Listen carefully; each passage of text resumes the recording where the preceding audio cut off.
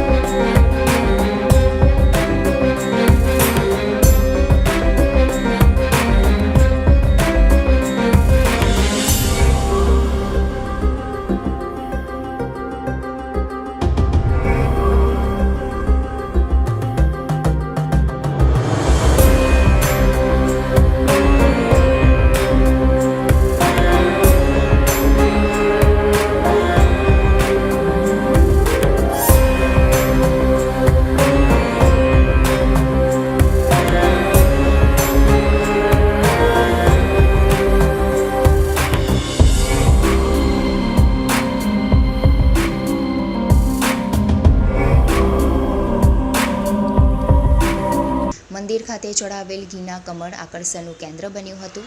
જટા છોડી બિરાજેલ ભગવાન શિવના મુખાબિર્દના ઘીના કમળના દર્શનાર્થે ભક્તો ઉમટી પડ્યા હતા।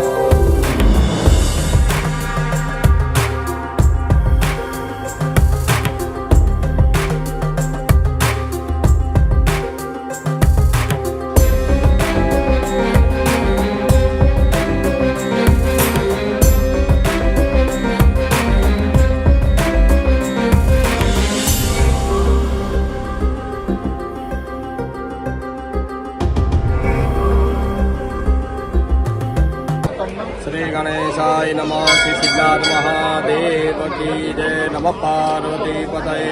हर हर महादेव। आकाशे तारकं लिंगं पाताले हाकेश्वरं मृत्युलोके महाकालं कयलिंग नमोस्तुते। આપણે અહીં જે ઉભેલા છે એ ભરૂચ જિલ્લાના અંકલેશ્વર તાલુકાના સજોદ ગામમાં સિદ્ધનાથ મહાદેવનું મંદિર આવેલું છે। આ મંદિરનો ઉલ્લેખ નર્મદા પુરાણની અંદર પણ છે અને બીજા અનેક ગ્રંથોમાં આપેલો છે।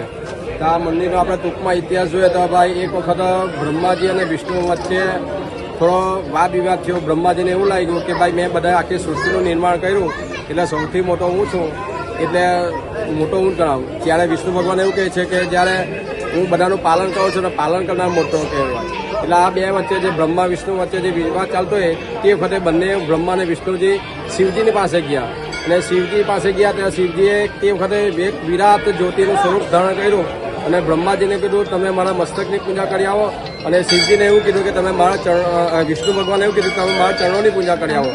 વિષ્ણુ ભગવાન ઘણા વર્ષો થયા એટલે નીચે ગઈને ઉપર આવી ગયા અને શિવજીને પ્રાર્થના કરી કે ભાઈ મને તમારો કોઈ અંત દેખાતો નહીં. પણ બ્રહ્માજી આવ્યા અને જૂઠું બોલ્યા કે ભાઈ મેં તમારી પૂજા કરીને આવેલો છે, અને સાથે સાક્ષીમાં ગાય માતાને લઈ આવ્યા.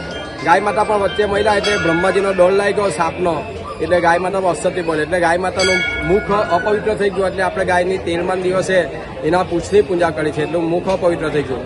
બ્રહ્માજી પણ અસત્ય બોલ્યા, જૂઠું બોલ્યા, એટલે શિવજીને ક્રોધ ચોર્યો, અને શિવજીએ એમનું જે મસ્તકથી અસત્ય બોલ્યા એ 5મું મુખ કાપી કાઢ્યું. એટલે બ્રહ્માજીની દરેક જગ્યાએ પૂજા બંધ થઈ ગઈ. બ્રહ્માજીએ ત્યાર પછી પુષ્કળમાં ગઈને તપ કર્યું, અને ત્યાં પછી એમનું થોડું પાપનું નિવારણ થયું કે જ્યાં યજ્ઞ થતો હશે ત્યાં તમારી હાજરી નહીં હશે તો યજ્ઞનું ફળ ન મળશે. શિવજીને પણ પેલું બ્રહ્મ હત્યાનું પાપ લાગી ગયું. તો ફરતા ફરતા આ સજોદ ગામમાં આવ્યા, અહીંયા આવીને બધા યજ્ઞો કર્યા, આ બધા કુંડનું નિર્માણ કર્યું, આ કુંડમાં બધા તીર્થોનું આહવાન કર્યું, યજ્ઞ આગળ કર્યા, આ કુંડમાં સ્નાન કર્યું, અને એમને પણ પેલા બ્રહ્માજીના મસ્તકનું છેદવાનું જે દોષ લાગેલો, પાપ લાગેલો, એમાંથી શિવજીને મુક્તિ મળે. એટલે આટલું પ્રાચીન સ્થળ છે, અને અંકલેશ્વરથી આપણે લગભગ 10 કિલોમીટર દૂર આપણું આ સજોદ ગામનું સિદ્ધનાથ મહાદેવનું મંદિર છે. સિદ્ધનાથ મહાદેવ છે, ગામમાં બીજા પણ બળિયાદેવનું, બબ્રિકનું મહાદેવનું મંદિર છે, નીચે રાજેશ્વરી માતા છે, અને આવું પ્રાચીન છે. અને નીચે જે મંદિર પ્રાચીન દેખાય છે કુંડ પાસે, તે ઘણા પહેલા સમયે છે તે બમ્મત બેગરાએ છે તે લિંગને ખંડિત કરેલું, અને ત્યાર પછી આ ઉપર નવું મંદિરનું નિર્માણ કરવાનું છે. એટલે આ બધા વિધર્મીઓ દ્વારા ખંડિત કરેલું. એટલે આપણે નીચે જોઈશું તો નીચે પણ આપણને એક બહુ વિશાળ શિવલિંગ દેખાય છે, અને તે ખંડિત સ્વરૂપમાં દેખાય છે. એટલે આવો પ્રાચીન ઇતિહાસ છે, અને એવા સિદ્ધનાથ મહાદેવનો આ મહિમા છે.